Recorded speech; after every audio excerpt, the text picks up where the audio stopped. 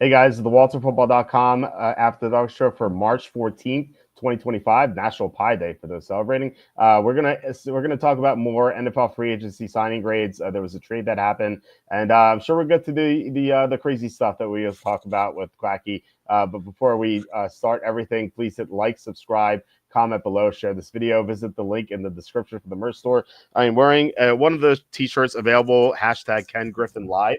I can't be sued because there are a million Ken Griffins out there, and I'm sure one of them lied. That's all I have to do to prove it. So maybe there will be like a class action lawsuit from all the Ken Griffins, but all I have to do is prove that one of them lied. So you can get that and many other shirts here at the merch store. You can choose the colors. We have mugs. We have our famous apron.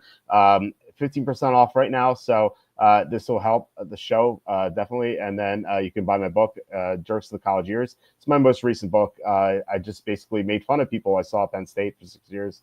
I had a lot of fun writing it. I know Tom read it here, so I think you guys will enjoy it if you like that kind of style. Also, how the 2020 MVP was stolen. It's a true story about how Brett Favre tried to sabotage Aaron Rodgers 4 years ago. So it's if you haven't read it, you might. I think you will definitely enjoy it and kind of be like amazed at what really happened. It's all true, 100% true.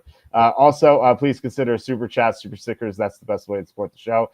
We've had some great super chats recently. John Sanders yesterday. We had Armac, we had Slew, Can't Make an Eagle, Degeneron, Alan Stafford. You guys have been so awesome with your contributions. I can't say that enough. And really just help support the show because YouTube ads pay us nothing. It's pretty embarrassing. Like if we don't get a super chat for a show, it's like 80 cents ish, like maybe 70, maybe 90 cents. It's like rare that we break a dollar. Like YouTube ads are just so stingy with paying out. So really these super chats are so great. So once again, just really appreciate all the support. All right, we are joined by Quacky T. Tom, how's it going? Walter, here we are on a special Thursday night edition. Hello to you and hello to the entire Walter football family joining us. Hey man, I was thinking about, before we get into it, what are we going to get into? It's going to be 85% banter or more. That's a conservative estimate. Hey, what was the first roller coaster you ever went on? I was thinking of you ever see those rides? It's called like a slingshot. It's almost like a pendulum, and it swings you, and you're like Superman. Are you talking about like the boat? Like you get on a boat and it's like it swings you back and forth. Are you talking about that? No. We see if would you see if you could bring it up? Slingshot ride.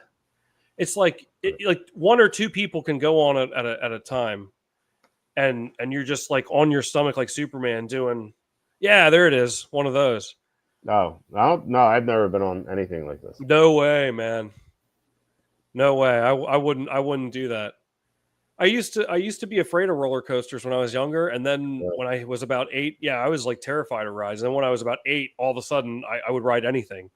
And my first roller coaster was the Super Duper Looper at Hershey Park. You've been on the Looper, have you not? No, I've never been to Hershey Park. I've driven by it a few times. I've never been there. We gotta I've go. never been We inside. go to. Oh, come on, let's go. Let's go right now. drive up from Florida. We'll head out. Would you go though? Like, what if I made a special trip?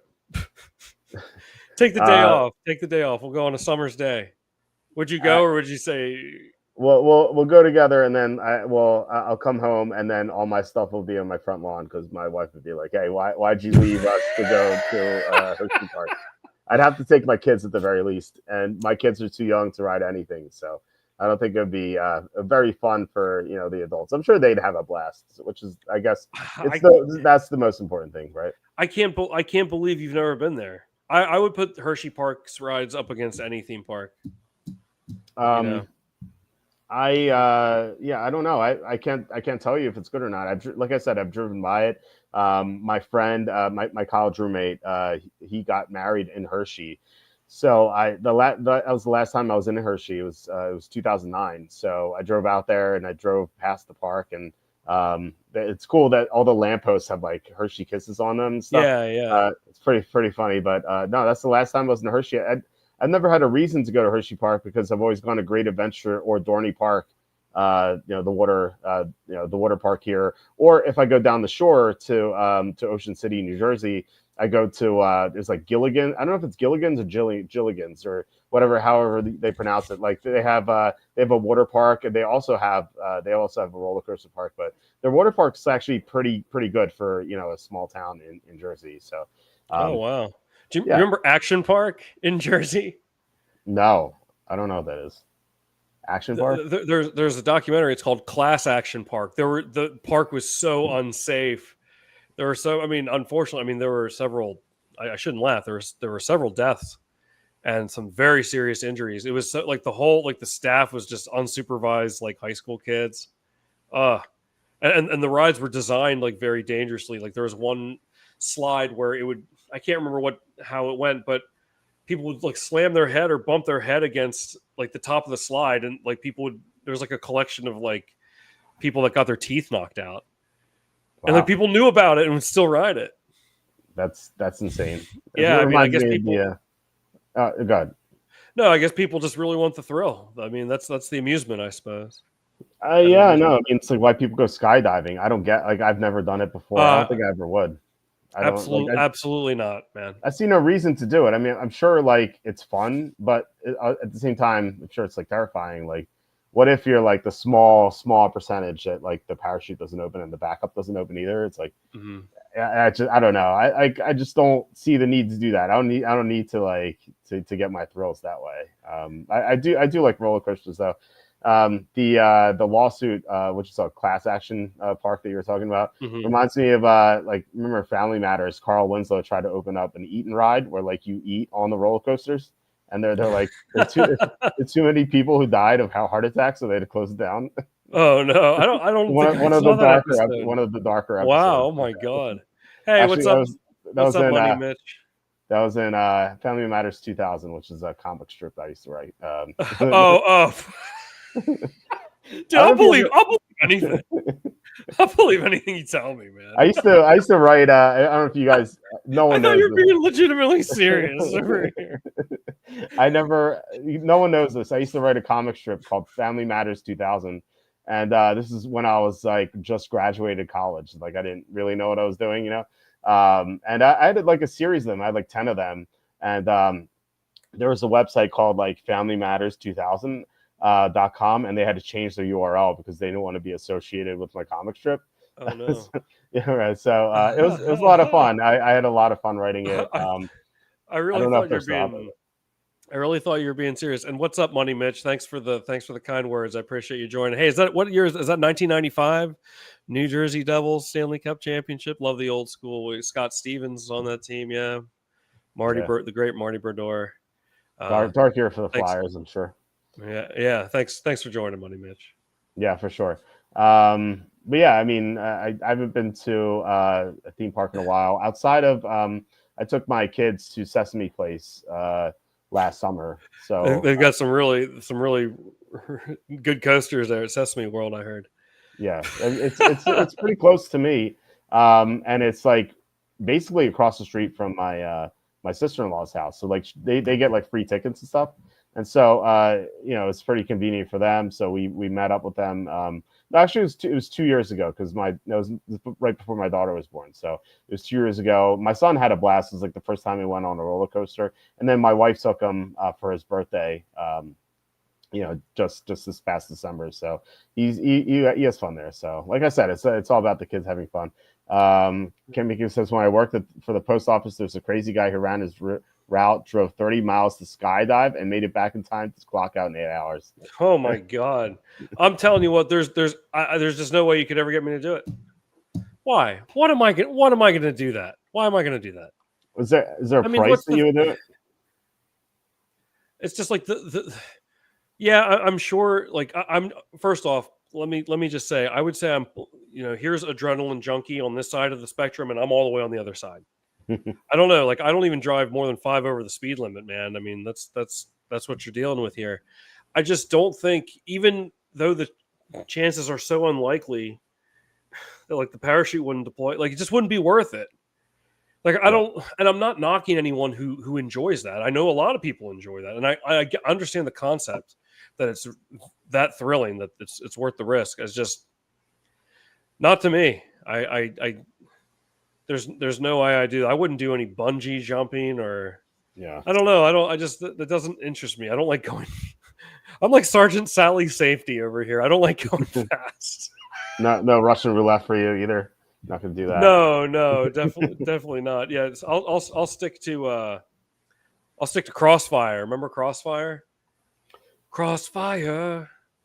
What is that? It's, I know what it is. I've heard of it. I don't know what. It's that you would like shoot the like BBs. It was like a board game, and like you just move you'd shoot the pellets, so you would move like the discs.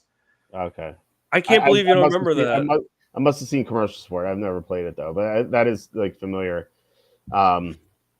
Did you ever own the Mousetrap board game? Did anyone actually play Mousetrap, or did you just try to set off the Rube Goldberg machine so that you could see the you know what I mean? I didn't. Yeah. I never actually played the game. It's like let's just set this up and make the thing fall. I would always try to play the game, but like the problem is everyone I would play with didn't want to play that way. So I was like wanted to do it, but no one wanted to do it my way. So unfortunately, it didn't happen. Same things like Monopoly, like like people don't play by the real rules, and once you tell them, they're like, "Oh, I don't want to play by that rules. That's stupid." Yeah, it's like let's set the damn trap off. Yeah, exactly. That's all people really want. Yeah, You remember like, Trouble? Trouble is another. Oh, I'm sorry. Continue about Mousetrap. I don't mean to no, cut I you was off. going to say with Monopoly, like in Monopoly, if you land on a property and you don't want to buy it, it has to go to auction. Like most people don't play that way, and when I like explain to them, like they're like, "I'm not going to buy it." I'm like, "All right, let's do an auction." They're like, "Oh, I don't want to do that." Like like if people are like, "No, we're not going to do that. That's not how you play." I'm like, "That's actually like the real rule." So yeah, certainly make the game go quicker. Oh yeah, definitely. Mousetrap was the best. Yeah, Mousetrap was awesome. I had it a long time ago, but my mom probably threw it away. But well, Trouble. Remember the game Trouble with the die was in the bubble. Oh yeah. God, me, ADD me at 7 years old. I'm sure it was me, as I'm sure like 1,000 other, a trillion other kids rather. Yeah, I just like to hit. I mean, I played the game too. Yeah. But I used to swim at a swim club during the summer. So it was like a swim team. So what we would do is we would swim in the morning. Practices would be like 8 to 10 or whatever. And then right afterward, we'd walk to Wawa, and then we'd walk back and eat our breakfast or whatever. And one day we were walking by this one shady house on the way there. It's like people always thought there was like drug dealers and stuff there. And we found like right outside the house, there was a game of like Jumanji or something, or like one of those, like one of those board games. And we're like, "Oh, cool. Let's take it and let's go play." So like we took it back to the swim club with us. And like we're eating our breakfast, and like someone takes out the Jumanji thing. He opens up the lid of the cover of it, and there's like syringes in there. Like, oh man, that's pretty crazy. What did you buy that at Toys R Us? Yeah, right. So it's funny because it used to have like the swim club used to have like a place where you can like rent games. Oh my God. You could rent games, and like we were like, "What do we do with this?" And, like we put it down, and so the owner of the swim club like walks by. He's like, "Oh, someone left a great game here." Oh my God. Yeah, pretty nuts.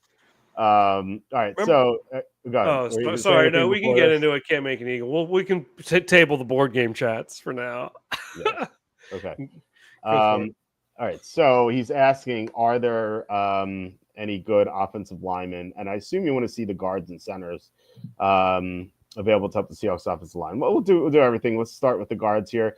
So the red, obviously, they're signed. The black are available. Tevin Jenkins, I think, is the best offensive lineman available. He has durability issues, but he's a really good player. He's still young. He's 27. He had a good year for Chicago, when he was healthy. So I think that he could, just rebound. And you never know. Like, there are players who get hurt a lot and then they don't get hurt. I remember Fred Taylor. He used to be called Fragile Fred. And then he had like a 3-year stretch where he just never got hurt. So Tevin Jenkins could turn it around. So I would sign him. I'm kind of surprised that he's not signed yet. Another one with injuries, Dalton Reisner. He missed half the year last year with back injuries, but he's really good in pass protection when he's on the field. So I like him a lot. They gave him 3.5 stars. 30, the age there is kind of a concern, but still, it's not too bad. You have a couple guys here. Will Hernandez. another guy who hurt his knee last year, so he missed half the season. Mekhi Becton, if you want to take a chance on him, he was a bust for the Jets, and then for the Eagles, he came in, was awesome. We'll have to see like how he plays like on his own, like outside of Philly, guys tend to get worse. But yeah, I mean those are the guards. So any feedback there? I'll tell you what, I think I could call the draft, man. Oh, they went with the big, strong right guard. He didn't allow a sack. And then, running back, he was a dynamic runner, 12 touchdowns and 10 games. I mean, how hard is that? It's not too hard. He didn't allow a sack last year. That's the key with the linemen. I mean, what can I mean? And I'm not throwing shade at the linemen, but like, what more? Like, a great run blocker, and then it's like, they didn't allow a sack. I mean, yeah. What other analysis can you give? I mean, there was. I mean, you can look at like there's like advanced metrics and stuff like that. Yeah, I know. I was on the Play Like a Jet podcast yesterday, and I haven't graded the signing yet because the contract details haven't been released. But the Jets signed this guy Chucks Okorafor, and I remember watching him in Week 1 when he was playing for the Patriots, and he was playing against the Bengals, and he got benched like about probably like second quarter or like end of the first quarter. He was just so bad. He just kept allowing like pressure after pressure. And I remember thinking, I'm like, what did like Pro Football Focus rate him as? Like, because he was so terrible. And I looked and like, I'd never seen this before. They rated him as a 0, like 0 out of 100. Like, wow, that is so bad. That would be like a grandma and a 90-year-old grandma in a wheelchair out there. Like she would be just as effective because she'd be a 0 as well. Although I guess you can never underestimate the grandmas. Like maybe she'd be like a 1 or a 2 better than Okorafor. Yeah. So I mean, like how often do you study like the linemen, like during the games? Like do you take time to watch them? I mean, I look at the line like when it happens. Like when a guy allows pressure, it's like it's a little obvious, Right, of course, but I mean, like, I don't like study it like super intently, but that's like what I watch when the play happens. I think that's like the most interesting thing. It's like who's winning up front and whatnot. You like the trenches, huh? Oh yeah, love the trenches. Thanks, Can't Make an Eagle. Yeah, Kim Eagle, thank you so much for the 199 super chat. Really appreciate it. Keep those coming, and we'll talk about whatever board games you want. That's true. Yeah, we'll do anything. Yeah, I'll sing all the jingles. I'll sing all the jingles for money. Exactly. Thanks. And by the way, no tax on tips. This is we don't have to pay tax on this now. So that's music to my ears. Yep, exactly. Right. Kim Eagle also says biggest need is a center that won't get run over. So let's look at the centers. Andre James is the best center available. Another guy, I guess this is a theme here. The guys who haven't been signed yet are the guys who tend to get injured. He had injuries last year, and he had one of his one of his down years for sure. But we've seen him play well before, and I think that he could bounce back. He's only 28, so I think he's a good signing. And I guess he's like the opposite of Pete Carroll here, going from Seattle to Las Vegas would be the opposite here. Another center, the only other center I have with a write-up is David Andrews, who just got cut. Another guy with not injuries here, but really age, and I guess injuries too. He's 33. His best stage is definitely behind him, but he's a veteran. You can sign him and then draft someone in like the 3rd or 4th round, and then hopefully that lineman develops by the time David Andrews ages out of the NFL.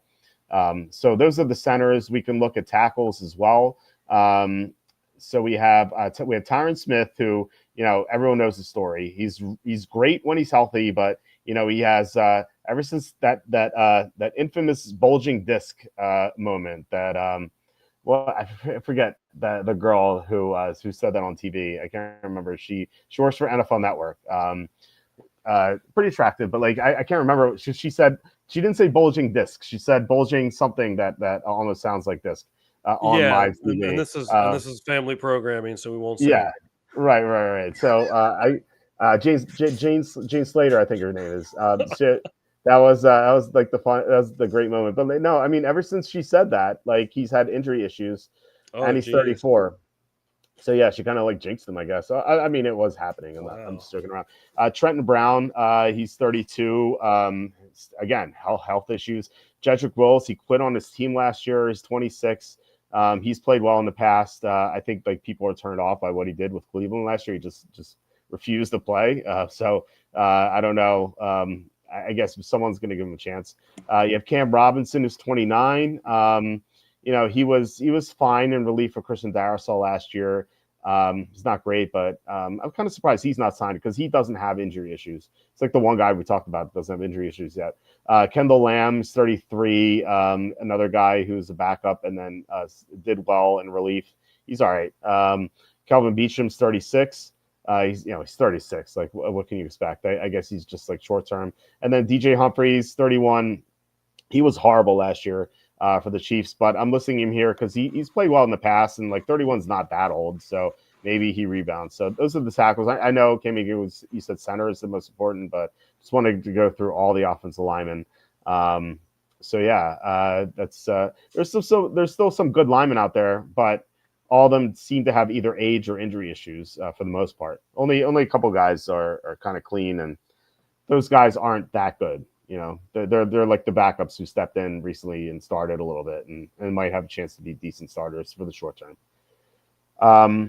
Money Mitch asking, when's Charlie back on stream? Well, I wanted to do all free agency this week, so I'm going to ask Charlie if he could come back on stream next week or the week after. We'll see, but he'll be on stream a few more times leading up to the draft, and of course he's going to be on draft week, so he's going to give us the draft props, and hopefully we have some great winners. Like we had 25-1 Jahmyr Gibbs to the Lions, and we had a few other great ones as well. Laiatu Latu, first defensive player drafted last year.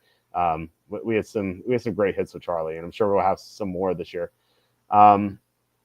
Free agents are available to help our Redskins future hit. So they've done well so far. Outside of that weird Javon Kinlaw signing, I didn't get what that was all about, but they did trade for Deebo Samuel and they traded for Laramie Tunsil. So they needed a receiver and a left tackle. They got both. They still need an edge rusher. So we can look at those too. But they might trade for Trey Hendrickson. I saw today that the Bengals are asking a lot for Hendrickson. So we'll see if they lower the asking price. But if they don't get Hendrickson, Brandon Graham retired. But you have Zadarius Smith here. He did well last year for the Lions when Aiden Hutchinson went down. He's 33, but he could probably have one more good year. So if they don't trade for Hendrickson, they could sign him. Chauncey Golston signed. He should be read. Emmanuel Agba, he had 6 sacks last year. He's 31, so he's on the decline. Another one, he signed as well. Deo and Dunning-Gvo. Who's running this website? Just not updated. Like, this guy's slacking. Dante Fowler. He had 11 sacks last year, but it wasn't like he didn't play that well, but still he's okay. So maybe they can re-sign him. Charles Amenahu, he's coming off torn ACL, so he should be able to bounce back. You have Preston Smith, DeMarcus Walker, so some decent guys, but hopefully the Redskins get Hendrickson, and that'll help us out a lot. It feels like that's the last thing they need is a really good edge rusher, because I feel like the rest of the roster is really good. Have you bet the Redskins, Quacky, to win the Super Bowl?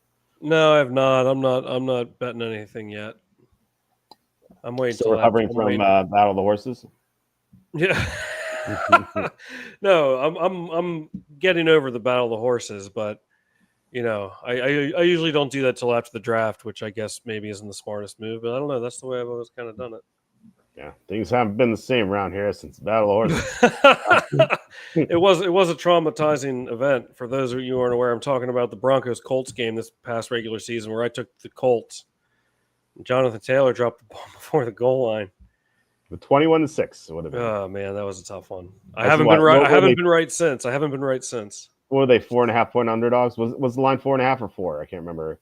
Yeah, it was something like that. Something like that. Yeah, and they like when he broke that run, it was like, all right, 21-6 is great. So I had them for a big play too.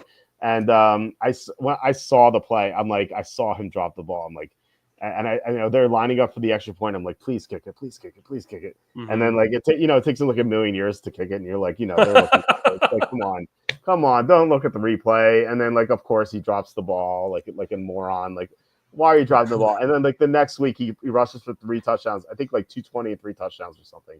And like, of course, he like holds the ball like so tightly the next week, and like I wasn't on him. Like, of course, I've been playing some DFS, and like as soon as you see him go off, you're like, okay, I guess I'm not winning anything this week because like it sucks, man, when that happens. Yeah, it's the worst. Jeez, yeah, that was a tough one.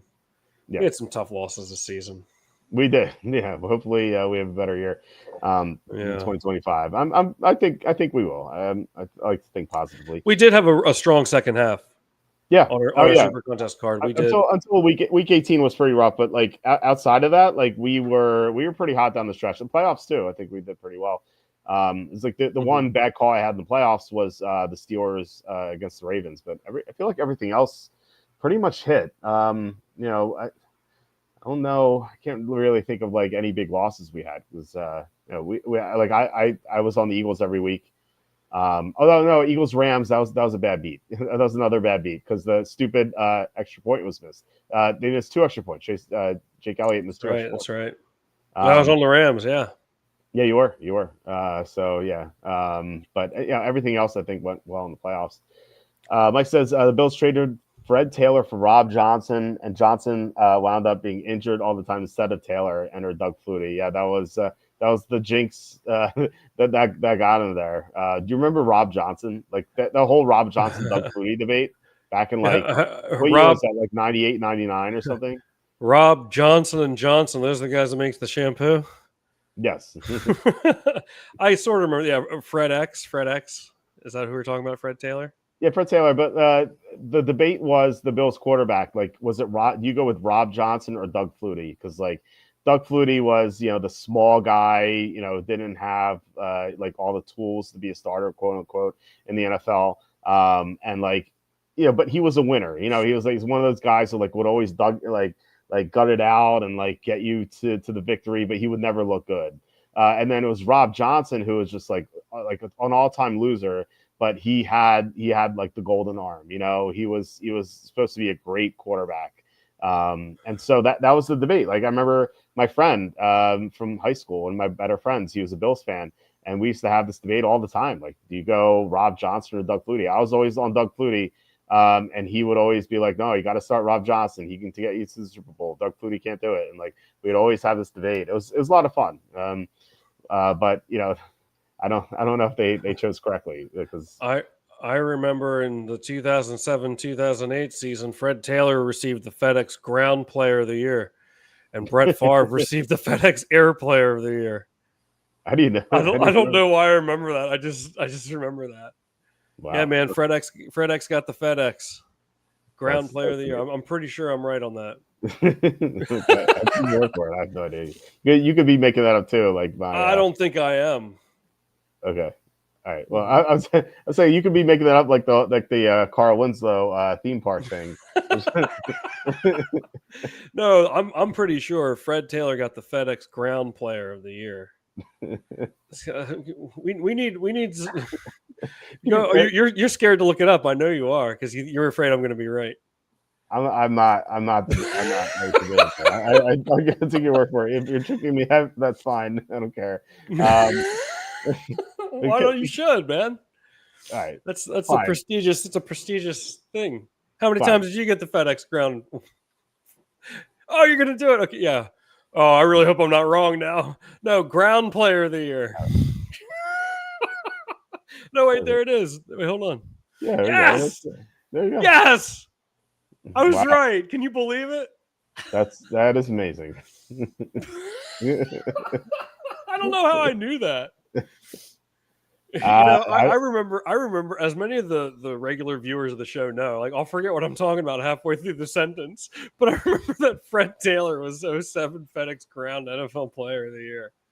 You think it's like that's like best achievement, like mentally for him, and he is like every time he like tries to validate his career, and he walks in is like, oh, would you play in the NFL? He's like, yes, I was 2007 FedEx Ground Player of the Year. I mean, I feel like you gotta. I mean, you gotta put some respect on his name for it. It's Yeah, only one person a year, one player a year gets it, no, it's true. and then Yeah, there's and Fred Taylor. look, and it says he was finalist for Air and Ground Player of the Year awards. So he Wow. almost Now got both. Favre got it. See if it was Favre, and I'm almost positive it's Brett Favre. Air. I'm sure this will do it. Yeah, it looks. Air, Brett Favre. I can't believe I knew this. You somehow remember the 2007. Quick, who's 2012? Oh, I don't know. Look at that. Look at Jamal Charles and Chris Johnson were on that. Were the Peyton Manning, Adrian Peterson. Oh, Peterson, of course, is the 2,000-yard season that came. He's come off the torn ACL. So, if you guys ever wanted to see the history of the FedEx Ground and Air Player of the Year awards, you get them here. I wonder if you could bet on this stuff. You know what? How are we going to predict that? Well, Brock Purdy, McCaffrey, same team. No way. 2023. Dude, that's wow. I bet that's the only time two players from the same team got both FedEx awards that year. That's a prestigious honor. Maybe we could look it up. It's here. No, but look at this. This is an asterisk. Lamar Jackson, Derrick Henry. They're on the same team now, but obviously not back then. But look at that. Ezekiel Elliott got it in 2016. That was his rookie season when they were the 1 seed. LaShawn McCoy did it twice. There's Jamal Charles with Aaron Rodgers. Breeze did it twice in a row. Breeze another one here in 2006. Breeze and Tomlinson were on the same team. Not that year. That was actually the first year that Breeze was off the Chargers. Looks like Purdy and McCaffrey made history. Look at that, Amon Green. There, I loved Amon Green on Green Bay. I love Batman. He was on many of my fantasy teams. Amon Green. He was a fan favorite there in Green Bay. Great player. Yeah, absolutely. But you know what we should do on the show one of these off seasons? Like, you bring up Wikipedia and I'll just close my eyes and I'll name you like all the World Series champions from like 1990 to present day, like who won, who they beat, and how many games it took. I've done that before. I can get a perfect record. Did you say World Series? Yeah, World Series. And I could do it with basketball too, with NBA. I might stumble on a few, but I actually a while ago I did like 1988 from like the first, like the back-to-back Detroit Pistons wins. Like to present day, I did who won the championship, what team they beat, and how many games it took. I got 100%. Can you name the presidents from 1 to 47? No, but I've never tried. But I mean, I could definitely do it between now and next show. Oh yeah, you only have to memorize 47, really 45, because there were two. I mean, there were two that were non-consecutive terms, like Trump and Cleveland. So right. Yeah. Now, I don't know, but would the audience think was believable? I guess if I went like this, I mean, of course, I could have studied them right before. Like, maybe it's not as impressive. But someone's going to be like, "That's rigged, man." And like, no, I'm the real deal, man. I don't come on this show pretending I have this stuff memorized if I don't. It's not like I sit at home studying flashcards. Like it just is. And sometimes I trip up. I could vouch for that. You have a great memory for sure. I have a pretty good one too, but I mean, you do as well. If I go on Wikipedia, like let's say I'm looking up a baseball player on Wikipedia, before I look to see like their career achievements where it'll say World Series champion, I'll just look at what teams they were on and what years, and it's like I can tell you immediately if they won one or not.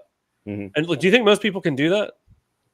No, I don't think so. I mean, really? Because to me, that comes so easily to me. Yeah, most casual fans aren't like that involved in the sport, Yeah, I don't even have to think twice. I'll be like, oh, okay, like they're on this team from these years. Like I know none of those teams won those years. Like almost instantly. It's a shame they don't have a Sports Jeopardy. You could definitely be on there. Yeah, how can I turn this into making money? There's something I could do. Maybe I could do a show. Remember that it was like a Stump the Swami show or something. Stump the Schwab was it? Schwab. Yeah. I think I recently saw like an old clip of that, but that guy knew. See, I could do something like that, but he knew stuff about like horse racing and boxing. I don't know any of that. Yeah, doesn't mean I couldn't, but yeah. Who's the 2007 cricket champion? Yeah, cricket. Yeah, I don't know. Jimmy Yeah, Hacksaw. Jimmy Hacksaw. Yeah. I thought I meant team. This is a team sport. Oh, The I Jimmy thought it was Hacksaw. the Hacksaws, Right. the Henderson Hacksaws. Exactly. No, But I don't know. Like I can, like, I don't know. Baseball and basketball stick out the most to me. There was a time where I could do all the Super Bowls and and close to the final score too.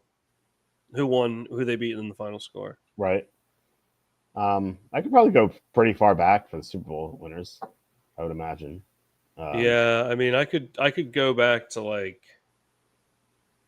maybe the 80s, I guess. Yeah, Certainly the 90s. I think I'd get stuck in the 80s. Like I think my order would be messed up. I feel like I can probably suss out like all the winners, but I was only a little kid back then, so obviously Well, to watch it. yeah, well, I think the 90s are easy. You've got the 4 Bills Super Bowls. Yeah. They lost to the Giants, Washington, and then Dallas twice. Yep. Yep. And then after that, it was the Chargers and the 49ers. That was that 49-26 game. Mm-hmm. And Steelers Cowboys. Yeah, Steelers Cowboys. Then that was Super Bowl 31 was next, with Packers won 35-21 over the Patriots. Mm-hmm. And Desmond Howard, Desmond Howard got MVP, the only special Yep. teams player to do it. Yep. Sorry, I just started like reeling it off. I didn't intend to, but yeah, but Denver. Then Denver's 2 Super Bowls. After that, Elway goes off in the sunset. The second one. Then you had the greatest show on turf. Yeah, then you had the Ravens. 99 Ravens, and then Rams went back and lost to the Patriots, and then we had Buccaneers and Raiders. That was a slaughter. You're not looking it up right now. No, I'm not. There's no way you guys will know. I haven't touched my mouse. I don't know. Yeah, you're doing well. You're exactly right so far. Yeah, I mean, and then was 03, we had the Patriots twice in a row after that. They beat the Panthers and the Eagles. 32-29 and 24-21 against the Eagles, yeah. Yep. And then 2005 was it was Steelers 21-10, 21-10. Right. And then 06 was the That's Colts. Colts beat the Bears. Colts beat the Bears, right. And then 07 was the Patriots. Undefeated Patriots, yeah. Yeah, yeah. Then the Steelers and the Cardinals. Yes. Then the Saints and the Colts. Saints, Colts, and then 2010 was Packers, Steelers. Steelers, yeah. 2011 is Patriots, Giants. 22 is 2012 was Ravens, Niners. 2013 was Seahawks over Broncos, and then 2014 was Patriots over Seahawks. Interception at the 1. 2015 was Broncos with the wounded Peyton Manning over the Panthers. 2016 was that crazy 28-3. Yeah. 2017 is Eagles, Nick Foles over the Patriots somehow. Yeah. Still bizarre. 2018 was Patriots Rams and that like slugfest that like no one liked. 2019 was the Chiefs and the Niners right before COVID started. And then 2020 was Buccaneers over the Chiefs in the first home game Super Bowl. 2021 was Bengals Rams, where I thought T. Higgins was going to win the MVP and he didn't. 2022, now you get the Chiefs here. You get the Chiefs over the Eagles, and you get the Chiefs over the 49. The 49ers in the overtime, and then 2024 we just saw the Eagles won. So wow, that was good, man. That was good, man. Yeah, I think you did better than me. I would have tripped up a little bit, I think, but I know you're 100%. That's 100% right. Yep. Which was the most boring which Super Bowl did you hate the most in your lifetime? Probably Niners Chargers. It was like a slaughter. Really? But like, do you think you're old enough to appreciate it? I was 12. I don't know. I mean, I was I first got into sports I first got into sports when I was like 9. Like I used to watch basketball with my dad, but like I really got into it in like 93, like when I was like 11. That was the year the Phillies went to the World Series against the Blue Jays. They lost in 6 because Mitch Williams allowed that home run to Joe Carter in Game 6. The late great Tom Cheek with the call. That's my favorite call of all time. Yeah. Touch them all, Joe. You'll never hit a bigger home run in your life. Mm-hmm. Yeah. The late great So Tom Cheek. Yeah, go ahead. yeah, I mean, yeah, I was actually out to dinner at Nifty Fifties. Talked about that before. I don't know if I talked about it with you. I think I talked about it with Scott Mason, who was on the show a couple weeks ago. This 50s restaurant near me. Actually went there with my kids on Sunday. I took them for the first time. But anyway, I was out there. Like we went to dinner, and I didn't see the game. And it was still like I really liked that team. I love that Phillies team. I still like name the lineup and all the pitchers and stuff. That was like the first team I really liked. But after that, that's like when I really got involved in sports. And like my point is here, because that Niners Chargers the Super Bowl was a year after that. So I feel like I definitely was old enough to appreciate it. Okay, that's fair. That's fair. Yeah. That was the first one. That's the first Super Bowl I ever remember watching because I was in third grade and I went bowling with one of my buddies once, and they were announcing, it must have been like January, and they were announcing like, hey, on Super Bowl Sunday, it's going to be like 49 cents a game. Because it's like they need to get business in there. Right. Who's going to come to the bowling on Super Bowl? So like my parents didn't watch sports, but I was just like, and I was just kind of getting into it. I didn't really know any like much about it, but like that's kind of how I started getting into it because I was like, I told my parents I was like 7 years old, 6 years old. I was like, let's go to the bowling alley. It's so cheap, and my parents were like, all right. And I watched the Super Bowl at the bowling alley. It was actually kind of cool. I mean, it's really cheap bowling if you're into that. Mhm. But, Yeah, I remember we used to have this like basketball hoop set up on like my playroom door, and the game was so boring. I just started like shooting at and I used to keep keep stats of myself, like how accurate I could be, and I try to like beat my record and whatnot. And like it was like no regulation. I was just shooting randomly. Like it could have just like gone closer just by accident. But I used to keep track of like how well I used to shoot. Actually, like would end up being like a good shooter in like real basketball. But anyway, I feel like that was the reason why that started it. That stupid Niners Chargers Super Bowl that was so boring. wow. It was so lopsided. And it was kind of like this one where it was like the Eagles Chiefs one where it was that lopsided.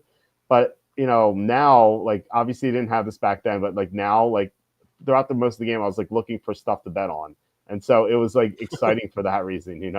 Plus, I had like a big stake on the Eagles to win the Super Bowl too. So that right. All right. So Cassandra said Connor Williams probably has nothing going on right now. Yeah, exactly. He retired in the middle of last season, so I don't know if he's going to come back, but I don't know. Maybe. I mean, he kind of screwed over Seattle in that way, but whatever. You can do whatever you want. So Kimiko says the guy coming up injuries are the ones that Schneider seems to sign. Yeah, I'm sure he'll sign some of them. There's like no rush to do it either. Chiefs could probably use one of the linemen, I guess. Yeah, because I mean they traded away or they let go of Joe Tooney, which is kind of crazy. Both Pouncey brothers are still unsigned. Let's keep going back. Exactly. If Offensive was to get Metcalf as a second rounder, I don't see why Hendrickson should be the same. Yeah, I don't know. I guess the Bengals are asking for too much. I don't know exactly what they're asking for, but apparently just way too much. Would drafting defensive end for the Redskins be better than free agents? Yeah, I mean, sure. It depends like what price they could get for these guys. If they get them cheaply, like why not sign someone and also draft a defensive end? Something I've noticed is that like teams that sign players, unless it's like they spend an insane amount on them, they tend to draft the same position. I've noticed this. And I think they sign these guys just in case they can't get the guys they want in the draft. I feel like they kind of like identify what positions they want or like certain players at those positions. And they're like, okay, just in case we can't get them, let's sign this guy. And then if we get the guy in the draft, then, we double up at the position and make a weakness a strength. I think that teams tend to do that. It's something I've noticed a lot, just kind of like looking at team needs and whatnot. So I don't know if you guys are looking to for an angle to bet the draft. I think that's something you could do too. All I can say is teams are just hoping to draft the next FedEx Air and Ground Player of the Year. Exactly. That's the key. You need to get those guys. Dude, and if you get both, then you're set. I mean, in a way, I'm not wrong. I mean, if you're getting that, you're doing something right. Like, look at these; are all good players in their day. Yeah. No, I mean, I don't think like any of these players are bad players. Like, there's no one who stands out as like being a bad player here. Yeah, Yeah, exactly. So it's like, see, that's why I'd be a good scout, man. I think outside the box. I'm not looking for the MVP. I'm looking for the next FedEx. Look at these guys have great careers, most of them. no, all of them did. Yeah, Yeah. all of them did, unless Sean, like yeah. unless they like fell off or something, like Todd Gurley here. If you just look Carson at it Wentz from, maybe. Carson Wentz is like the not the guy, but yeah, he was yeah, good back then. yeah, he certainly was that season too. Mhm. But I mean, when you just look at something from a different perspective, like I would, will maybe I could be like the standout scout or something, just look for the FedEx. Yeah, and see, like this guy Tom identifies all the FedEx ground and air guys. He's the best scout. It'd be like, yo, he's picked the last 7 FedEx players of the year, bro. Yeah, Draft Day 2, the movie. They get like, Oh yeah, they dude, draft. Oh, we should make if for those of you that have ever seen that movie Draft Day with Kevin Costner. I'm a big Kevin Costner fan. That movie sucks, but I love it. It's one of my favorite movies of all time, actually. But it's terrible. So I like I said before, I was on Scott Mason's podcast yesterday. Can't play like a jet, or play. I don't know why I said can't. Play like a jet. Sorry.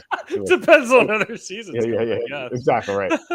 Can't play at all. Like the Jet story. Yeah. No, the Play Like a Jet podcast.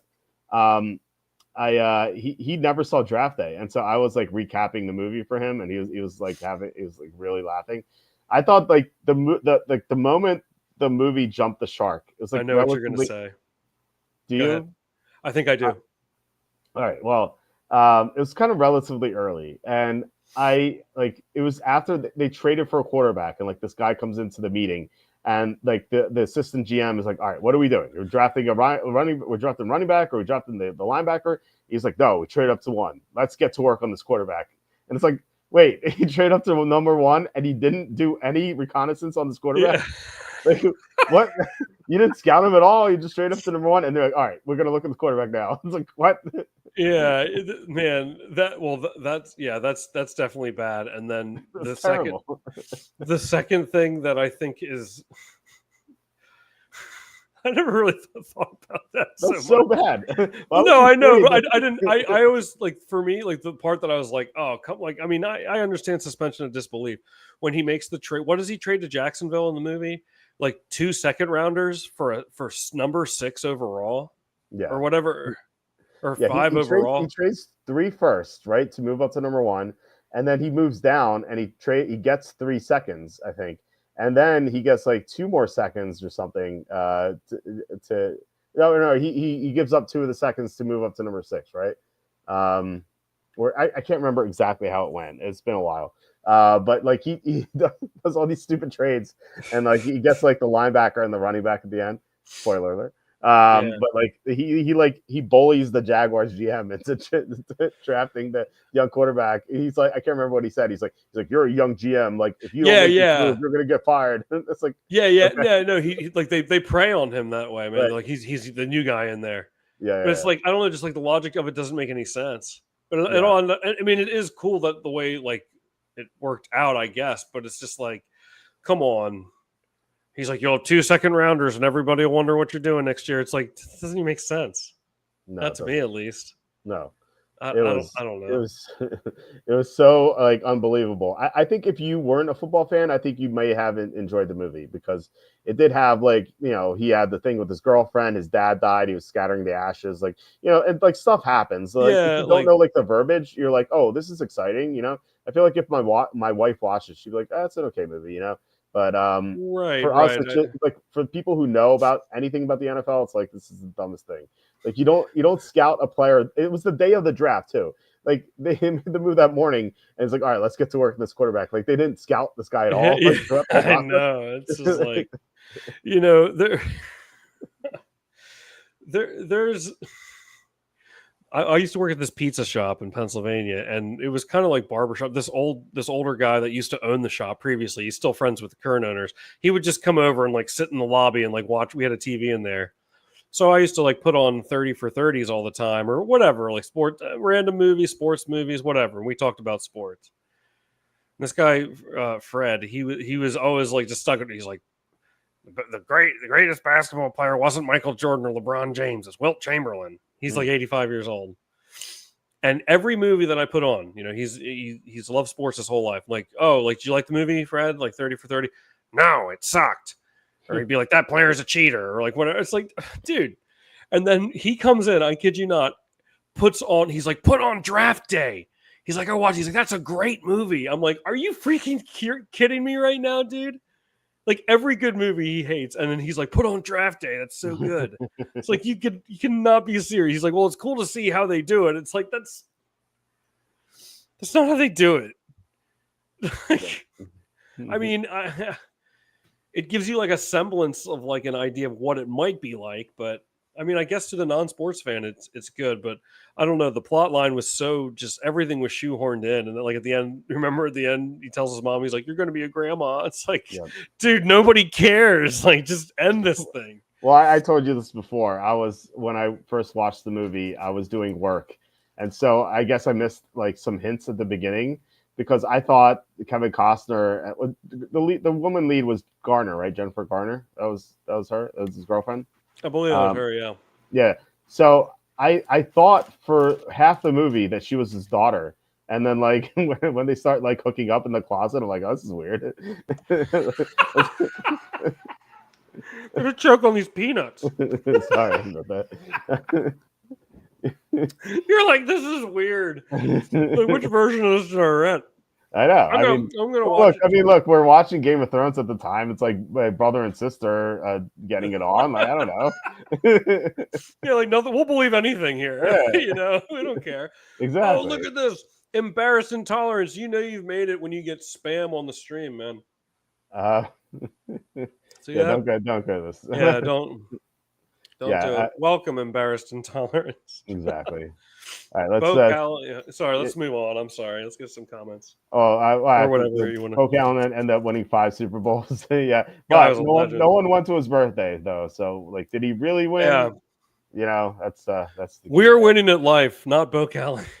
Yeah, you know, it's got something funny. Like I told him, like he was talked out of drafting the quarterback because someone told him he didn't like. No one attended his birthday party, and Scott's like, "Oh, that's where they're from." Like that's the meme, like that whole meme, like because he never saw the movie. He's like, he always saw that meme. That's like, hey, no one went to this quarterback's birthday party.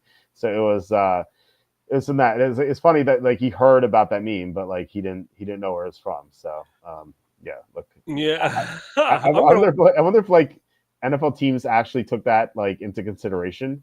Where they're like, all right, let's make sure people have attended this guy's birthday party. After seeing that movie, like I don't think they like asked that. Like, hey, Cam Ward, did your teammates go to your birthday party, Cam? Yeah. I mean, I bet there's someone doing something at least adjacent to that. I mean, first off, like you're gonna know, like it. I mean, with with some margin of error, like you can tell for the most part by like someone's character if they might be or like how they act. You know what I mean? Like there's a chance that might happen, and then you might investigate it. Yeah. I don't know. Sue's bringing up except the Texans. He's talking about the playoff success. The Texans actually covered the spread in that game. I guess it depends what number you had because remember the Chiefs took the intentional safety at the end, and I like knew it was going to happen. It happened right after the Texans missed the field goal. I'm like, because it was such a weird like time and distance down to distance situation. I'm like thinking like the only thing that makes sense here is they take an intentional safety to like drain the clock. That's actually what they did. Because like 11-9 is still a 2-possession game, so it didn't matter. If it was 10, like they wouldn't have done it. Mm-hmm. Hold on, go ahead, John. The Bills never traded Fred Taylor. They traded a first for Rob Johnson. I was Team Johnson at the time. It was a heated debate. Yeah, I remember that. It was people used to get like pretty angry about it. Mike Hartle. We need a punt returner, Putney. David Putney. He was the punt returner that they got from Seattle for the picks. Mike, that's good knowledge, man. Yeah, Putney. I'm going to watch that movie after the show tonight. I'm going to fall asleep to it. That's what I'm going to do. Nice. I wish I was joking. I really am. I'm not sure. Let's see what else we got here. The first rounder was Fred Taylor. Okay. There's no excuse for anyone to have missed a cover on that game. The numbers were there all week. Yeah, I think he's referring to the Texans game. I went to the Seahawks game in Husky Stadium versus Buffalo with Doug Flutie at quarterback. Oh no, I actually think Cassandra's talking about the Rams Eagles game, maybe. Oh no, he's adding Salute. Never mind. But I think that also applies to Rams Eagles because that line really rose. I didn't think it was going to keep going. It just kept skyrocketing. So yeah, that was bad on my part. I went to a Seahawks game in Husky Stadium versus Buffalo with Doug Flutie at quarterback. That must have been fun. Well, can't make an Eagle. Sorry. Go ahead. You bowled a 300 game? Did he also say that? Yeah, I used to bowl, had a league average of 190, had a 300 game in league play. That's awesome. Holy cow. Congratulations. That's cool. awesome. That's really great. I once bowled a 120. It's like my best score ever. It's like 124 or something. Really? I think I hit like 155 or 156 once. Yeah, I'm like the worst bowler ever. I don't know how to do it. Like I feel like if someone like taught me how to do it, I think I'd be good at it. But like no one ever like taught me how to like properly bowl. So they just like I like fling the ball like carelessly after a while. Like I'll try hard for like one or two, and then like if I get the one gutter ball, I'm like I hate this. Let me just fling the ball. Like, I hate bowling. I don't. You should have them put the bumpers up for you. Oh my god, the bumpers would be great. I would love the bumpers, but apparently that's frowned upon. So I don't know. Do you think would be harder, to bowl a perfect game or to bowl a perfect game with bumpers? What? Why would it be? But it might throw off your angle or something. I bet can't make an Eagle know. I'm not a bowling expert. I don't know. Maybe Can't Make An Eagle can tell us. Yeah, I want to know. I remember this custodian at my high school bowled a perfect game. They wrote about it in the paper. That was awesome. Oh, really? Yeah. Well, yeah. Did you ever watch Queen's Gambit? Because that custodian there was the guy who taught the girl how to play chess. So. I know the show and I'm aware of its prowess, but I haven't watched it myself. It's a good show. I liked it a lot. Yeah, I heard it was good, but it reminds me of Forrest Gump a little bit. Not like she was like mentally out there, but it's kind of like you go through this person's life and like people, you have characters coming in and out of this person's life, and it kind of reminded me of that a little bit. But anyway. Bo Callan, yeah, we talked to that. If they did a drafting movie with Mike Ditka, it would be a 15-minute short. Yeah, all the picks. Bye. Let's go play golf. His team is still didn't go to. Yeah, exactly. I'd call BS on that 300 story if it had come from anyone other than Can't Make An Eagle. For some reason, I find him trustworthy in general. Well, there you go. See how the Walter football family comes together. Exactly. We love to see it. We really do. Exactly. Walt can't ball, Walt can't bowl, Walt can't golf, Walt can't hit a baseball, but he can jog. I can duck into a cafe and jog. And he can swim. I can swim. I can swim. I can also. I can swim. I can swim. He can sing. I was not bad at basketball too. I used to be like the 3-and-D guy. Yeah, you lost what 69-10 or something. You're trying to tell me? I was against former Drexel and Temple players. These guys are like 8 inches taller than me. Like, what was I supposed to do? I was guarding a guy who's 6'3". I'm 5'9". Like, what am I supposed to do about that? Like, that was like you got to play tough, man. That's when you really got to bear down, Walt. Come on. The tallest guy on our team, we had a center. He was like 6'2", but he could barely move. Like he was like not coordinated at all. He's a good guy, but like he was not an athlete at all. Go ahead. And like in the regular leagues, like when we're in the B league, like yeah, he was going against other guys like him. It's fine. But when we're playing against former D1 college basketball players, like he had to go up against a 6'9" guy. It's like he had no chance. The guy was just shooting all over him. Like there's nothing he could do. It was ridiculous. So we got placed in that league. We're like one of the worst teams in the B league. We're like, hey, we'll put you in the A league for no reason. And like we lost 69-10, we lost 79-20. You know what I think would have made it a closer game? A better attitude from you. Yeah. Well, honestly, I was. You got to bear down and play some defense. Take a charge. Don't be afraid to take a charge. I would take. Oh my god, I would take all the charges. I would push people around. I love rebounding. Like I would like. People hated playing against me because I would just like box out like people like crazy. Of course, like not the D1 players because I had no chance.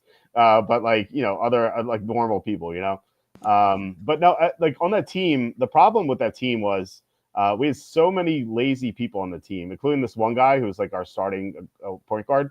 He was he's a good basketball player. So, but like he used to smoke weed all the time, and he used to get winded like right away. And like he'd be like, guys, let's play zone defense. I'm like, and this is not against the D1 guys. I wouldn't play man against them, but against like other guys like our caliber, he'd be like, oh man, we got to play zone. I'm like, dude, let's play man. And just, oh man, I'm gonna play zone. And like the problem with the zone is like they wouldn't know how to play zone. Like they were just like, guys get open all the time against us, and they sink threes, and just like, come on, let's try to play man.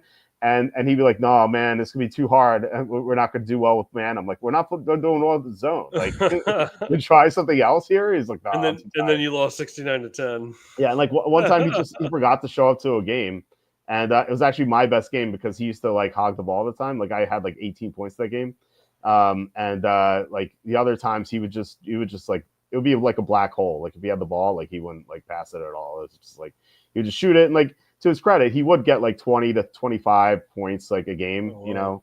But like he would have a lot of turnovers too, and he'd have a lot of missed shots. It's just like not efficient basketball, you would say. Kim McGee says first game 266 and a 300. Started third game the 2 strikes. Thought I could shoot an 800 series. Ended up having a 167. Still a fair 733 series. Well, congrats, man. That's awesome. Yeah, that's really impressive. Like I said, my 124 can hold the candle to that. It's worse than your. It's like worse than your worst game. So, Alexander Eagle can crank that bowling ball. The pins were at his mercy. I've seen it. Speaking of basketball, you finally hit a player prop first time this week. Yeah. Oh, we had some bad luck. Like Harden yesterday, he had 15 points at halftime. He had 19. We had over 24 and a half. He finished 24, and he missed like 4 free throws. We had one. And like, I forget who it was, but there was a guy, Halliburton. Okay, the game before is Halliburton, and he hit the game-winning shot. So like we won because of him, but like for some reason he wasn't shooting all game. And then there was one at the beginning of the week, like the guy just like wasn't playing. It was Buchelis from Chicago.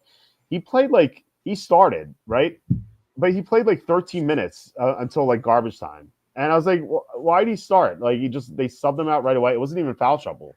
Like he was barely played. I don't understand. So hopefully, you know, it's a 15-point game. Hopefully, Sacramento could come back here. So it would suck to get the opposite because like we've been nailing the sides every week, like this whole week. But the player pops have lost. But Sacramento needs to come back because they're down 15 right now. Yeah, I think it's weird when teams do that. I've seen a few teams do it. Like the Orlando Magic do that with Goga Bitadze. Mm-hmm. He starts and he plays like 9 minutes the whole game. Like what? Yeah, but this guy always plays like 30 plus minutes. Like it wasn't like, okay, yeah, this happens all the time. It was I don't get it. Like for some reason they're like, all right, we don't want him in the game. And then he started the second half too, and I'm like, okay, maybe he just got hurt. But it's the same thing. Like 3 minutes later, it's something out, and like he didn't come back until like 5 minutes left in the game. It's like, and the game was over by then. So they weren't like, it wasn't a fast paced game. They were just like taking down the shot clock and just shooting at the end. Mm-hmm. Yeah, it was bad. John Sanders saying NBA ratings keep declining. Only way to save it is to take away the 3-point line. Yeah. Maybe. What do you think about like taking away the 3-point line until like the halfway mark until the fourth quarter? So I feel like if your team's trying to come back, they should be able to shoot threes. You know?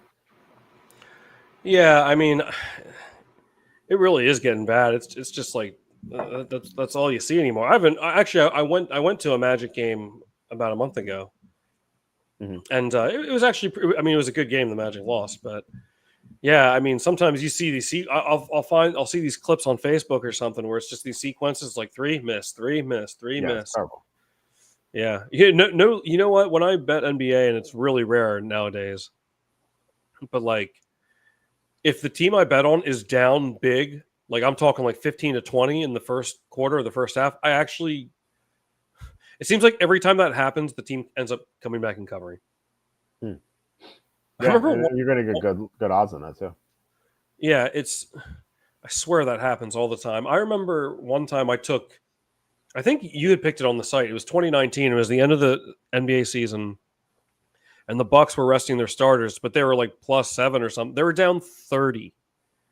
They were down 30 at one point in the second quarter. Came back and won the game I with remember the that. reserves. Yeah, Yeah, I was just like, man, it was against like the Nets or something. I think that's right. That's Yeah, definitely reasonable. But I I recall know that. for a fact they were down at least 30. I want to say it was like 60-30 was the score. And I was just like, geez, and they got the reserves in, like this is done. It's like just like that. I swear every time there's a big lead like that in the first half, the other team comes back and covers. Yeah, I actually get more like I'm a little more at ease if my team is down like 15 in the first quarter or two. Isn't that so weird? it is weird. I've noticed a lot that There's like teams that go up 7-0 in the NFL like tend to lose a lot. Mhm. I feel like that happens too. I don't know. Maybe I'm just like cherry picking from my head and just kind of remembering, but No, it I seems to know be what that you're way. saying, but no, it does seem like that's the case just from the eye test, off the top of Hmm. my head here. But I don't know, like, and on the other side of it, like vice versa. Like if I take a team and they're up by like 15 or 17, especially if they're like a 6 point underdog, like I'm actually kind of nervous. I'm like, there's no Well, way, and I'm telling you, then the other team comes through like every time. well, just Swear. just bet the underdog at that point. It's the best way to do it. You can bet I live now. Like back in the day, you couldn't. Like when we were just in college and right out of college, like there was no live betting. Um, but now you can do it, so you can kind of like hedge your way out of it too. So right. I guess that's true. Yeah. yeah. All right, let's get to some of the signings and trades that happened today. We'll run through it. There's not a lot today to discuss. There was one trade. The Texans got Ed Ingram from the Vikings for a 2026 six-round pick. Um, so if I'm like CJ Stroud and like I see my team jettison 3 starting offensive linemen, including Larry Tunsil, and I see this, I'm like, oh, cool, we got a lineman here. And then I kind of like look at the film and be like, oh man, this guy sucks. The Vikings benched him midway through the season. He's still young though. Yeah, he was a second round pick in 2022. So if I'm the Texans, like maybe salvage him. But like the weird thing is that the Texans traded their first round pick from 2022, Kenyon Green, to the Eagles because they gave up on him. So it's weird that they gave up on the first round pick from 2022, but they're willing to give a chance to a second round pick from 2022. So I'm not really sure what the Texans are doing there. I gave them a C plus. Vikings win the trade. They just got something for nothing because they were probably going to cut Ingram because they signed Will Fries. So yeah, I mean, Vikings win this trade. I like the Vikings this year. We talked about this too. Just like looking at the roster, and like they made two nice moves this offseason. They got Ryan Kelly to center, and they got Will Fries, both in the same team. So the interior line was like one of the few weaknesses they had. So they bolster that. They re-signed Aaron Jones. They have obviously their 3 great receivers: Jefferson, Addison, Hawkinson, and then they have Brian Flores' defense, which they added to this year. Like, I think if JJ McCarthy is just average, I think this team is going to make a playoff run. And if he's good, then I think they can win the Super Bowl. And if I'm not mistaken, I believe they're still 40-1 ish. We'll see what that is as soon as this comes up. I don't know if they have the Super Bowl odds because free agency is going on. Yeah, they do. Okay. Redskins, by the way, 18-1. That's nice to see. Yeah, Minnesota 41-1 for a team that I think outside to take away quarterback, they might have a top 3 roster in the NFL. I think they're really good, and we just don't know what McCarthy's going to give them. But like I said, if he's just average, they could win the Super Bowl. I mean, Jimmy Garoppolo went to the Super Bowl, crying out loud. I think this is a great bet right now. I think I'm going to put more. I already bet Minnesota. I'm going to put more on Minnesota. You're muted, or I can't hear you. You're not like Sorry. muted. Okay. Yeah, sorry. No, I hit the button over here. Go back to your site for a second, will you? About the Ed. Yeah. Okay, I think it's really interesting. This is like one of those Uber Eats commercials. I love how you mentioned the signing of Will Fries, and you've got McDonald's ads in the background. There we go. That's what I'm telling you. It's remember you see those Uber Eats commercials. It's like, oh, it's not meant to make you hungry. Yes. Yeah. We're playing right. You're playing right in their hands here. I am. I'm part of the conspiracy to make Oh, people want to eat food. you know what? I meant to get a picture of it, and I didn't have time. I was driving around, in the greater area of which I live, and I saw McDonald's, and guess what? It said on the side of the McDonald's building, Play Place. Really? Wow. Yeah, I couldn't believe it, but I was driving by it too quick, and I couldn't snap a picture. But I thought of you. I forgot to tell you. Well, Can you, there can aren't you that believe many it? of them. They're on their way back, man. I hope so. There's none around here. I would love to take my kids there. But there are none. Like there's no fast food restaurant with a Play Place. Like even Nifty Fifties, as I mentioned before, the Fifties restaurant. Like they had one around the corner from my house, and it had a big Play Place. But unfortunately, it burned down, and they had to rebuild it. Geez. It was just like 10 years ago. It burned down. They rebuild it in a different location, and it doesn't have a Play Place. And I was like, why not? Like, what are you doing here? Like, it just sucks. Yeah. I don't know. I'd love to take my kids there because, like, my daughter's old enough to do it. Like, I was out there on the playground with them today. Like, they're both having fun. Like, my daughter is going down the slide on her own. Actually, she tries to walk up the slide. Like, that's her thing. But like, they'd have a lot of fun on it, and just can't take them there. It just sucks. I remember the Play Place, the McDonald's near where I grew up. There was a Hamburglar. You like Hamburglar? He was like the height. He's like, you must be shorter than this, like to play in the ball pit or whatever. You think that was just exclusive to my McDonald's? Or you think they had the? You remember seeing this too? I remember seeing that stuff. You've seen the Hamburglar height chart? Yeah, I think so. Or it's like the Grimace, maybe. They want one of. Well, you wouldn't know because you've never been to Hershey Park, but there's height. There, like, you can be a Hershey's Kiss. That's like the shortest one. Then a Reese's Cup. Then a Twizzlers, and then I think it's Jolly Rancher, and then it used to be a Bar None was the highest you could be. That's funny. I've reached the Bar None, but every year, like, yeah. but every year, like when we were kids, we'd go like every summer, and then we'd like, what are you this year? Like, I'm a Twizzlers. That's funny. Which basically you can ride almost anything. Yeah. Or you just have to be accompanied by a parent or guardian or whatever. It's a big deal. Yeah, what are they? Yeah, anyhow, sorry. I'm getting into the rides talk too much. John Sanders, would soccer be watchable if they encouraged fighting like hockey? And then, if you sneeze someone in soccer, you get a yellow card. Soccer would have to enforce or goons. Like, that would make it way more watchable. Are you kidding me? Like, that would be great. I'd watch it. If they got into fights all the time, that'd be awesome. Those play places are great for kids to build their immune system. Yeah.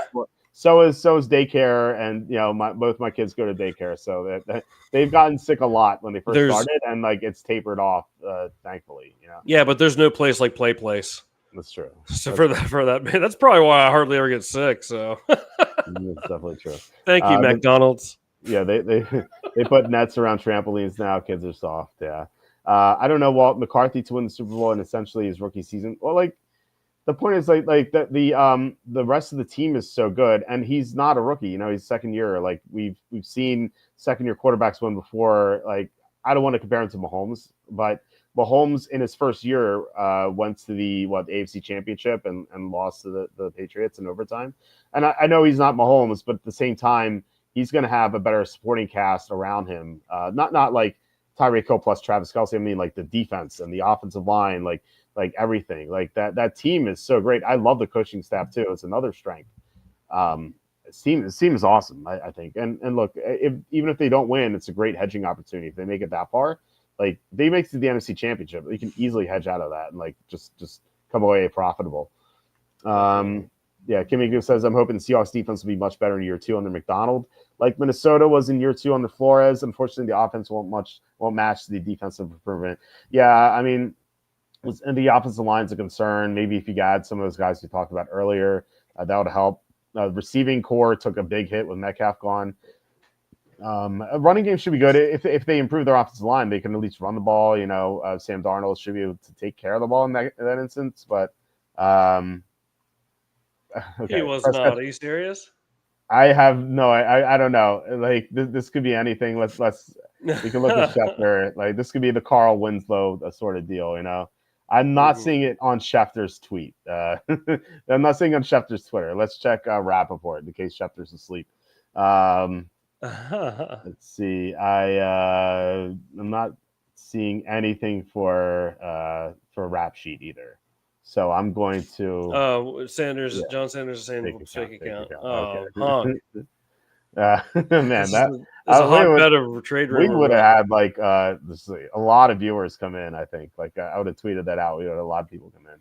It's okay, John. I've been fooled. I've been fooled myself from these fake accounts. That's yeah. You've been fooled. I'd send money to the Nigerian prince. We went all over that a couple weeks ago. Yes. Mahomes won MVP his first season playing. Yeah, exactly. I mean, look, I don't. McCarthy's not going to be Mahomes, but if he, like I said, if he's above average, then they have a great chance to win the Super Bowl. If he's just average, they can make a run. They can win in the playoffs, maybe get to second round or NFC Championship. That team, I said it before, their roster's so stacked. And if you look at the other teams in the division, which is, I'll say it's the best division of football right now. But look at the other teams. You have the Lions lost both coordinators. That's a big deal. Like, we don't know how good these replacements are going to be. The Packers, they don't have Christian Watson. We've seen the team without Watson. It's just not as explosive. And they still don't have a number one receiver, as like Josh Jacobs was asking for.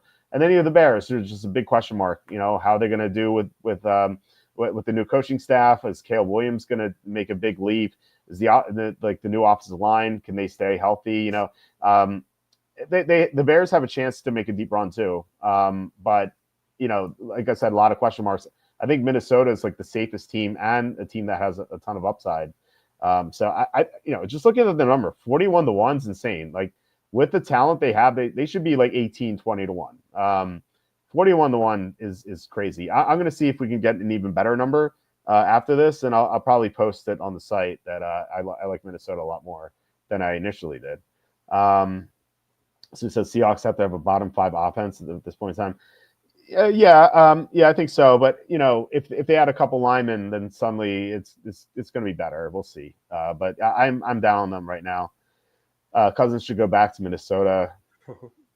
Yeah, I mean, look, I don't know. They handpicked McCarthy. Like, that's Kevin O'Connell's guy. Kevin O'Connell knows a lot about quarterbacks, so I'm going to trust them to make the right decision. But yeah. All right. Let's get to some free agency signings. Like I said, there wasn't a lot today. Speaking of quarterbacks, Chargers re-signed Taylor Heineke, 1 year, $6.2 million. He's a good backup. He's not a great backup. He's good. He used to be a former starter. So if Herbert goes down, I think they're in good hands with him for like 3 or 4 weeks or something. If he has to play beyond that, they'll get in trouble. But like, he can, if it's like, depending on the opposition, if it's like 3 games or 4 games out, then you can go 3-1 with him. Maybe 2-2, probably 2-2 at the very worst, but not if they're playing like top tier competition. Would you rather have Heineke or Gardner Minshew? I think I'd rather have Minshew. Oh yeah. Yeah, it's close. It's very close. All right. They're kind of similar. Redskins signed Jacob Martin, 1 year, $3 million. He's an undersized edge rusher. The Redskins could use some depth there. So, the fine signing. He's going to get like 3-4 sacks for them, I'm sure. And he's going to play a quarter of the downs. He's undersized, so he can't play more than that. But for his role, he handles the role well. He's just not going to play a lot. Patriots signed K'Lavon Chaisson. He's a former bust, but he actually had this first good season last year. He had 5 sacks, like not like anything crazy, but like for the first time he showed signs of improvement. And like, he's only 25, so like he could be this sort of like late bloomer. So solid signing here for the Patriots. He could be a bust, but there is some hope there. Eagles signed Adoree Jackson, 1 year, $2.5 million. I love the signing. The last time they got a giant, like, it worked out pretty well, right? But they needed a corner to replace Darius Slay. Jackson has a lot of starting experience, and this is a quarter of what Slay got from Pittsburgh. So I like this move here. And the Eagles signed Harrison Bryant. It seemed like they were like bargain basement shopping here. The Eagles, like, they signed a bunch of guys for like 1 year, $3 million. Harrison Bryant's an athletic tight end. He just never had a chance to like do anything because he's behind David Njoku in Cleveland. He was behind Brock Bowers in Las Vegas. And the Eagles are shopping Dallas Goedert. I don't know if they're going to trade him, but like, that's the rumors. So if Goddard's traded, like, I'm sure they're going to draft the tight end. But if that tight end either is a disappointment, or if they can't get the guy they want, then Bryant's kind of like a good insurance policy, I think.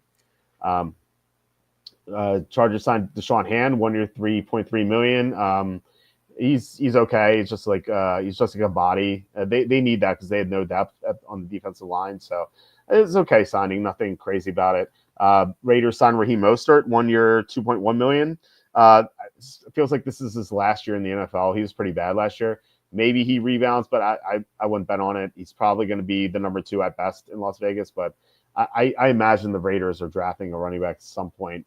They have Chip Kelly, who's the coordinator now, and Chip Kelly coached Ohio State. And so, Ohio State had 2 running backs who are going to be drafted on day 2, maybe even day 1 for Judkins. So I imagine that Chip Kelly's probably going to go after one of those guys. They're probably going to end up taking Genty. I don't think they will. Just based on what I heard, I don't think they're taking Genty. Okay. Kimmy gets to Jim Harbaugh thinks Jim McCarthy's the real deal. Yes, he does. Hopefully Mike McCarthy, right? That's right. Mike McCarthy. Let's do a fake punt. You want to know something I saw real quick about McCarthy? He and Rodgers didn't really get along, especially at the end. Mm-hmm. But when in 2016, when they beat the Cowboys, with the way Mason Crosby's kick just snuck in there at the end, and just that raw, genuine moment of emotion where they embraced, Rodgers and McCarthy embraced. Mm-hmm. You could tell they put everything aside in that moment. They were so happy. That was a great moment as a Packers fan. They couldn't believe what just happened. And it was winning heals all wounds. Yeah. Oh, of course. But it's just especially to see Rodgers do that. I don't know. I never saw them do that. I don't think any time before. Maybe when they won the Super Bowl, but I'm sure they did at some point. But it was just so genuine. I never saw McCarthy get that excited. Yeah. So that was a great game. Pollyanna says Steelers 60-1 is amazing value for a team that almost always makes the playoffs. All they have to do is win a couple games against the declining Chiefs and playoff struggling Lamar and Josh. Yeah, look, I think we talked about the Steelers as maybe the best long shot, and maybe the Jaguars. If they get if Trevor Lawrence stays healthy, because they made it to the second round of the playoffs in 2022, so maybe they could do it. But the Steelers have a really good defense. They signed Darius Slay. They traded for Metcalf. Feels like they could do it. I don't know about the quarterback situation. It feels like they're a worse version of Minnesota. A team with a good roster that doesn't have a quarterback really, or at least a questionable quarterback. But I think you're right. I think Steelers 61 is pretty good. I do think Minnesota 41-1 is better though. What's Jacksonville again? I think they're 100-1 if I remember correctly. Take them. It might be different on FanDuel. So Jacksonville here 70-1, but I think on DraftKings it's different. So I'll pull that up here. Jaguars they kicked me off for some reason.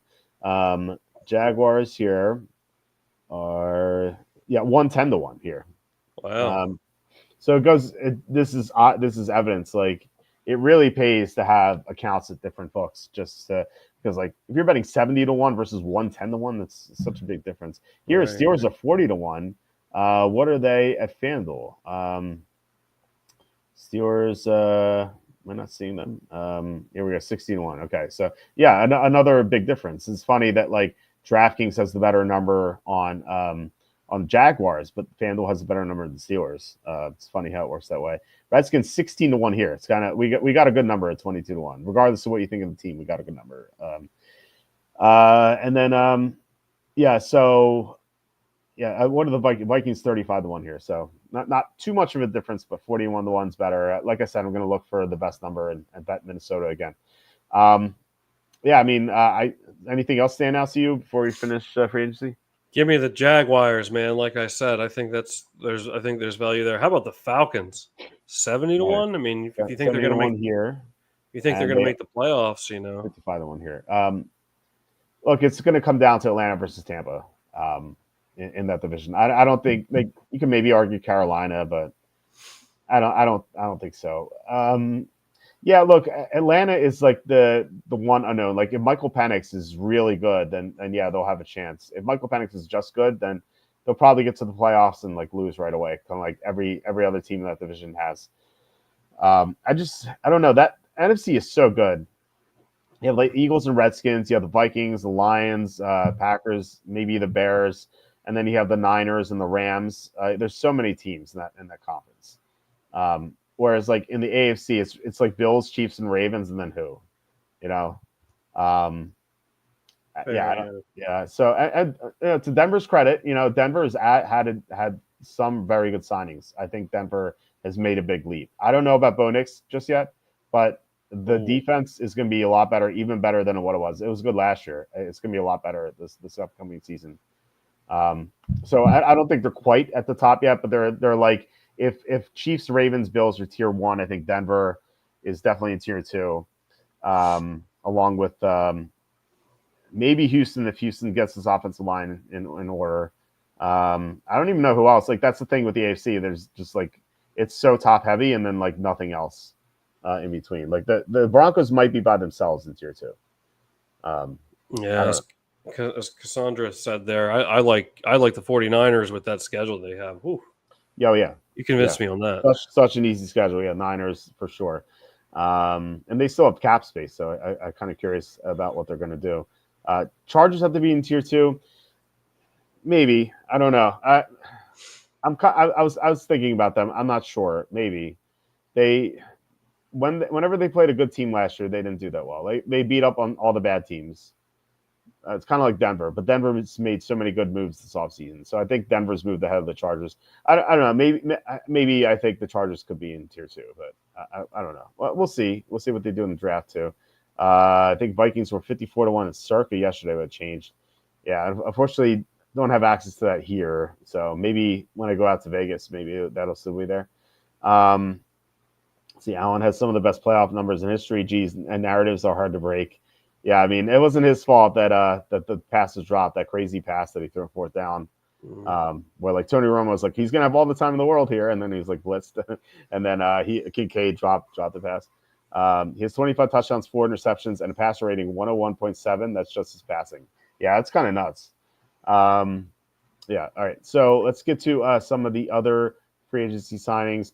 Another cheap signing by the Eagles, Josh Uche, 1 year, $1.75 million. He had 11.5 sacks in 2022. He hasn't done much since, but if anyone's going to get something out of him, it's going to be the Eagles. Like that's what they do. They lost Josh Sweat. They lost Brandon Graham. They lost who else? Milton Williams. Like they lost talent on the defensive line, so it makes sense for them to replenish. And this is a cheap deal. I love this move. I think it has a ton of upside, no downside at this contract. So great move. Speaking of Eagles, Kenneth Gainwell goes to the Steelers, 1 year, $1.79 million. I think this is a good move. Like he's a good receiver out of the backfield. He's not going to be an every down runner ever. But if I think the Steelers, it sounds like they're going to be targeting a running back early. Just based on the players they brought in for visits so far, it's like all the running backs. So I think they're going to try to draft a running back in the first 3 rounds. And if they don't get the guy they want, then they have Gainwell behind Jalen Warren. But I assume Gainwell is going to be the number 3 back, I think, is kind of like the passing down specialist. Redskins re-signed Noah Brown, a 1 year, $4.5 million. He was having a good year, his best year he's having, but he got a kidney injury, and so he was knocked out for the year. So I assume he's going to be 100%. At least I hope so. And then, it should be a good move here for the Redskins. Who, Brown, instead of a number 2, he's going to be the number 3 with Debo there. Bills re-signed DeMar Hamlin, John Sanders. If you want to give our thoughts here, I know you're not a big fan of Hamlin. But this is only 1 year, $2 million. Like there's no downside here. Hamlin good against the run. He struggles in coverage. So at the very least, he could be a good backup. Like that's what they're paying him to be with this contract, even though he started last year. So I like the move. And Steelers sign Mason Rudolph, 2 years, $8 million. He took them to the playoffs when Kenny Pickett was benched. And he's familiar with most of the personnel there, not all with Metcalf there, but and plus the new coaching staff, but offensively. He's I like that he's familiar with the players for the most part. So and the fans like him too. So I feel like it's a good move. Saints sign Isaac Yiadom, 3 years, $9 million. It's kind of crazy. This guy's been on 6 teams in the last 6 years. It's kind of like the girl who gets passed around. It's like no one, like it looks appealing. It's like no one wants her in the end. Like it's like why is this guy like keep getting passed around? But he's still in the league, But I don't know. Maybe he bucks that trend because it's a 3-year deal, but we'll see. And then finally, Cardinals signed Dalvin Tomlinson, 2 years, $29 million, B- grade. This would have been like an A grade a few years ago, but he's now in his 30s. He's not quite the same player he used to be. He used to be a really good defensive tackle, but Arizona needs defensive line help badly. So I don't mind the signing for them, but a little bit of an overpay for them. Any thoughts on these signings? Oh, I see that one for Mac Jones down there. That's a great deal. Oh yeah, we talked about it yesterday. Mac Jones, 2 years, $7 million. I think this was funny because the rumors ahead of the 2021 NFL draft was that the Niners are going to take Mac Jones to 3, and because Kyle Shanahan loved him, and then they took Trey Lance instead. But now Kyle Shanahan finally gets Mac Jones, and so I really wonder if he's going to like turn him into a good quarterback or something. So. Yeah, we'll see. I don't know. I don't think he's going to be a good quarterback. Like good backup or something. But I don't think Mac Jones has the upside to be a good starter. But I don't know. I mean, Kyle Shanahan has been good at developing quarterbacks, so we'll see. The fear is McDermott won't upgrade at safety. Upgraded today with Forrest. So. Kimmy says, how about the exact finish in the NFC West of Rams, Niners, Arizona, and Seahawks? Then switch the top 2. No idea what the odds are. I think that's about right. I'm not like with Arizona third. You're like always risking Kyler Murray getting hurt. I feel like that's the downside. And plus, the Seahawks could still make some moves to get better than Arizona.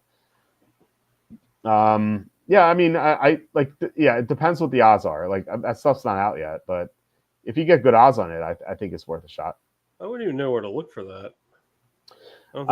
Usually, sports books have that. I've seen it before, like the order of the division. I think I have too, but not on the Hard Rock app. Well, that's not out yet. It's gonna be out like after the draft, I assume. Right. They usually don't post they don't even post win totals until after the draft. Right. So, All right. Jim Forrest can run like the wind blows. All right. Unless we have anything else, I think that's about it. I'm getting old, man. You can tell I'm slowing down. Well, you have work. Yeah. Oh, working. That's so 2010. I know. I think Arizona's sneaky good offense, upgraded defense. Yeah, look, they were 6-4 at one point last year.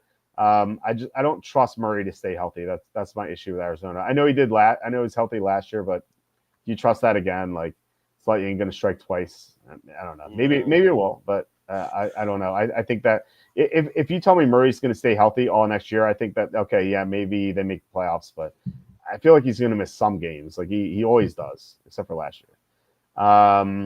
Probably too early. Yeah, after 4 days, we're getting near the bottom of free agency barrel. Yeah.